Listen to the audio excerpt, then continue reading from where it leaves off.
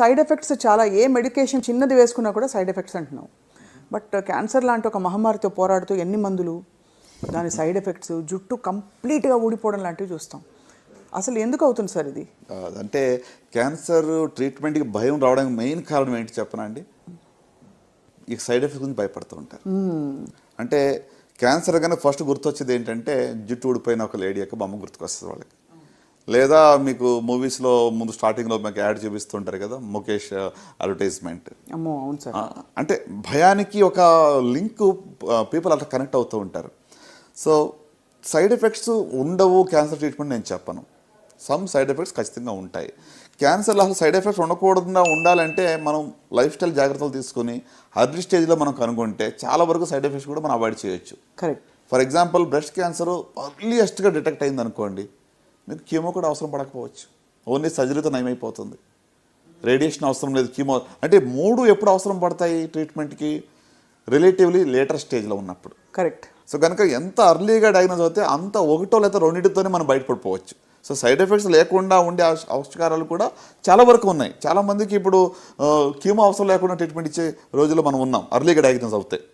So ఇప్పుడు side effects ఒకవేళ treatment ఇస్తే ప్రత్యేకంగా మీకు సర్జరీలో పెద్దగా సైడ్ ఎఫెక్ట్స్ ఉండవు ఆనెస్ట్లీ స్పీకింగ్, అన్లెస్ ఇది సైకలాజికల్ ట్రామా ఉంటుంది. బ్రష్ తీసేసాం అనుకోండి, దాన్ని మనం I think already discussed. So అది కాకుండా ట్రీట్మెంట్ సైడ్ ఎఫెక్ట్స్ వరకు వస్తే మెయిన్గా మనం అనుకునేది కీమోథెరపీ వల్ల వస్తుంది. సో మీరు ఆల్రెడీ చెప్పారు జుట్టు ఊడిపోతుందని చెప్పి. సో ఎందుకు వస్తుంది జుట్టు, ఎందుకు ఊడిపోతుంది అసలు కీమోథెరపీని మనం ఆలోచిస్తే, క్యాన్సర్ యొక్క కణాలు ర్యాపిడ్గా విభజన చెందుతూ ఉంటాయి, ఫాస్ట్ డివైడింగ్ సెల్స్. సో వీటిని అటాక్ చేయడానికి ఇచ్చే మందులు కూడా ఎక్కడైతే సెల్స్ ఫాస్ట్గా డివైడ్ అయితే వాటన్నిటిని కూడా చంపేస్తాయి. అవును. సో అంటే వీటికి డిస్క్రిప్షన్ ఉండదు, క్యాన్సర్ కణాలు మాత్రమే అటాక్ చేయాలని కూడా ఉండదు. ఇది ఓల్డ్ కీమోథెరపీ డ్రగ్స్. ఇటీవల మనకి టార్గెట్ థెరపీస్ వస్తున్నాయి.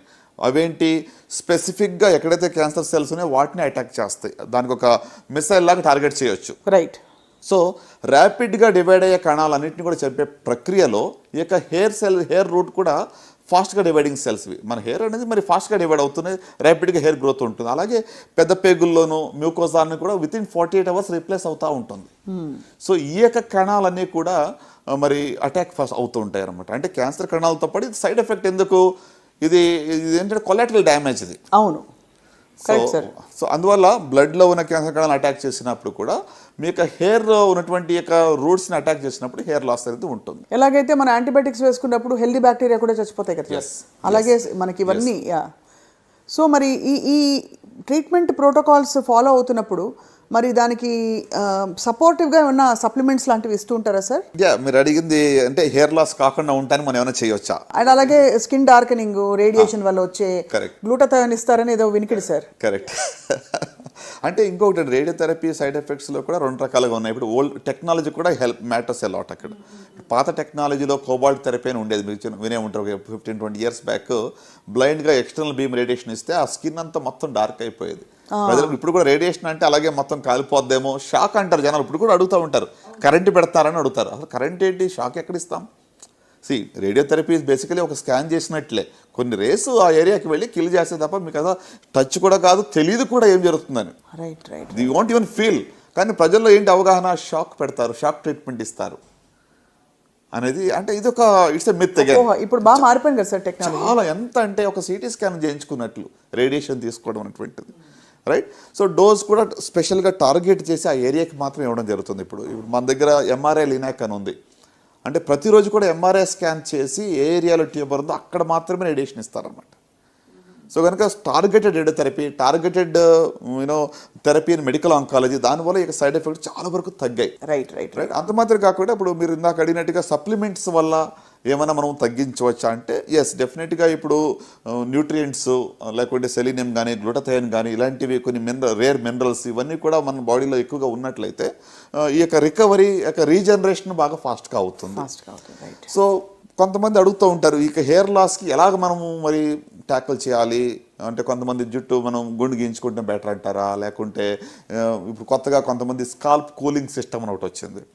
అంటే కీమో ఇచ్చేటప్పుడు వాళ్ళు ఒక కూలింగ్ సిస్టమ్ పెడతారు, ఒక చిన్న హెల్మెట్ పెడతారు, కూల్గా ఉన్నటువంటి. అంటే కూల్ టెంపరేచర్ని అక్కడ పెట్టినప్పుడు ఏమవుతుందంటే ఇది ఎఫెక్ట్ కాదు, ఎందుకు కాదు అంటే దట్స్ వెరీ రైట్ థింగ్. ఎందుకంటే ఇప్పుడు టెంపరేచర్ తక్కువ ఉన్నప్పుడు బ్లడ్ సప్లై తగ్గుతుంది ఆ ఏరియాకి. సో అక్కడ బ్లడ్ సప్లై తక్కువ ఉన్నప్పుడు అక్కడ కీమో డ్రగ్ అనేది అక్కడికి వెళ్ళదు. సో బట్ ఇది పర్మనెంట్ సొల్యూషన్ అంటే కాదు. కొంతమందిలో కొంతవరకు హెయిర్ లాస్ తగ్గిస్తుంది, కానీ ఇదేదో ఒక పెనేషియా హెయిర్ లాస్ రాకుండా ఇక స్కాల్ప్ కూలింగ్ సిస్టమ్ పెట్టేసుకుంటే చాలా బాగుంటుందని మనం ప్రిస్క్రిప్షన్ ఇచ్చేటువంటి లేదు. ఎందుకంటే ఇప్పుడు పెట్టి తీసేసిన తర్వాతనే కూడా బాడీలో కీమోథెరపీ డ్రగ్ ఉంటుంది, తర్వాతనే కూడా సర్క్యులేషన్ వెళ్తుంది కదా. అవునవును, అంటే ఇనిషియల్ మోతాదులో ఏదైతే ఉందో అంత వెంటనే వెళ్ళదు కాబట్టి తగ్గిస్తుంది. కరెక్ట్ అంటే it cannot prevent totally. Correct. అవును, ఓకే, ఇది ఒక support system, scalp cooling system అనేది. ఓకే, అలాగనే ఇప్పుడు అంటే 100% హెయిర్ లాస్ తగ్గిస్తానని మనం చెప్పలేము. ఎందుకంటే అసలు హెయిర్ లాసే అవ్వలేదు అనుకోండి, అసలు మీ మెడిసిన్ పనిచేస్తాను లేదని కూడా అనుమానం. ర్యాపిడ్లీ డివైడింగ్ సెల్స్ అది కిల్ చేస్తుందంటే ఇక్కడ కూడా డ్యామేజ్ అవ్వాల్సిందే కదా.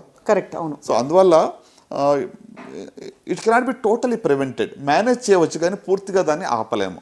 సో కొంతమంది ఒక సైకిల్ అయిన తర్వాత యూజువల్గా 2 నుంచి 4 వారాల్లో జుట్టు ఊడిపోవడం మొదలవుతుంది. కొంతమందిలో ఒకేసారి పెద్ద క్లమ్స్ ఊడిపోతాయి, కొంతమందిలో కొన్ని హెయిర్ ఫాలికల్స్ నుంచి ఎఫెక్ట్ అయ్యి బయటకు వస్తూ ఉంటుంది. సో ఒక 4 వీక్స్లో ఫాల్ అనేది ఎక్కువ కనబడుతూ ఉంటుంది. సో కొంతమంది ఏం చేస్తారంటే ఏదో వాళ్ళు మొక్కుకుంటారు, సో వెళ్ళి వాళ్ళు గుండు గించుకుని వచ్చేస్తారు చాలా వరకు. అంటే దే యాక్సెప్ట్ ఇట్. కొంతమంది హెయిర్ షార్ట్ చేసుకుంటారు ముందే. ఎక్కువ లెందీగా హెయిర్ ఉన్నప్పుడు ఏమవుతుందంటే మీకు కొంచెం సైకలాజికల్గా ఎక్కువ ఎఫెక్ట్ ఉంటుంది. ఆల్రెడీ షార్ట్ ఉందనుకోండి, అది కొంచెం ఫాలో అయినా కూడా ఈ విల్ యాక్సెప్ట్ ఇట్ అనమాట. లేదంటే ఇంకా కొంతమంది ఏం చేస్తారు, వాళ్ళు they will prepare A wig. వాళ్ళ హెయిర్తోనే వాళ్ళు విగ్ చేయించుకుని విగ్ పెట్టుకుంటారు.